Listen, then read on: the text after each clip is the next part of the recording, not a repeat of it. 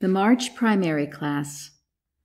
To the Primary Class of the Massachusetts Metaphysical College, 571 Columbus Avenue, that assembled February 25, 1889, with an attendance of 65 students.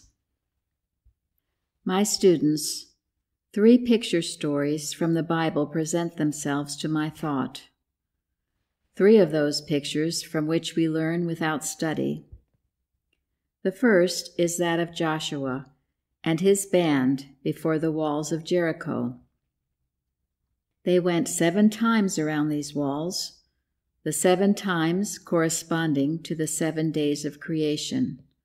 The 6 days are to find out the nothingness of matter.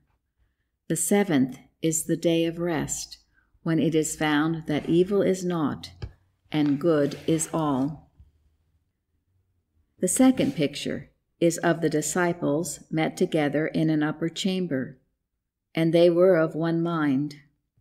Mark that in the case of Joshua and his band, they had all to shout together in order that the walls might fall, and the disciples too were of one mind. We today in this classroom are enough to convert the world if we are of one mind, for then the whole world will feel the influence of this mind, as when the earth was without form, and mind spake, and form appeared.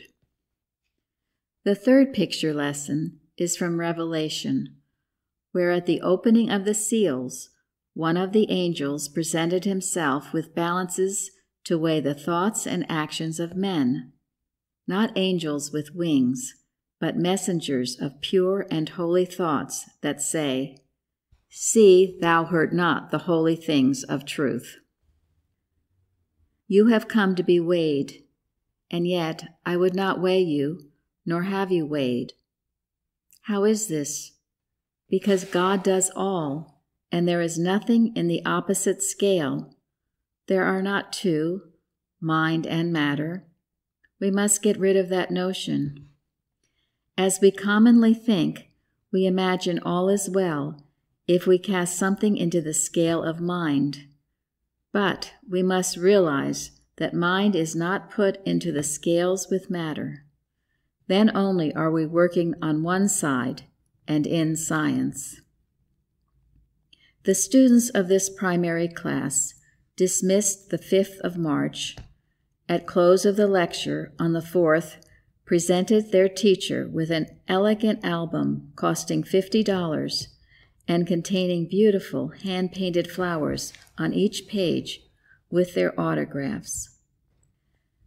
The presentation was made in a brief address by Mr. D.A. Easton, who in appropriate language and metaphor expressed his fellow students' thanks to their teacher.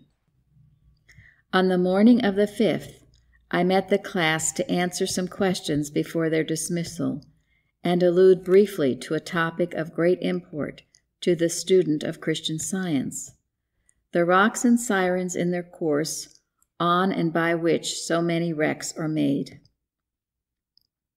The doors of animal magnetism open wide for the entrance of error, sometimes just at the moment when you are ready to enter on the fruition of your labors, and with laudable ambition are about to chant hymns of victory for triumphs.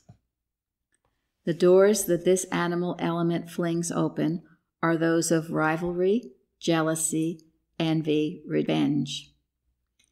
It is a self-asserting mortal willpower that you must guard against.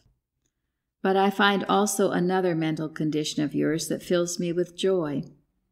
I learned long ago that the world could neither deprive me of something nor give me anything, and I have now one ambition and one joy.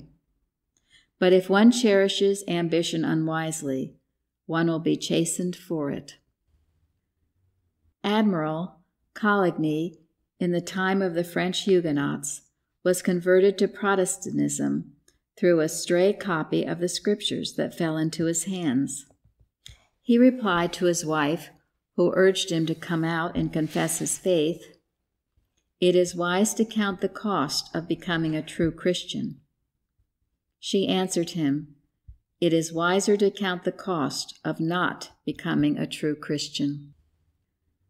So whatever we meet that is hard in the Christian warfare, we must count as nothing, and must think instead of our poverty and helplessness without this understanding, and count ourselves always as debtors to Christ's truth. Among the gifts of my students, this of yours is one of the most beautiful and the most costly, because you have signed your names.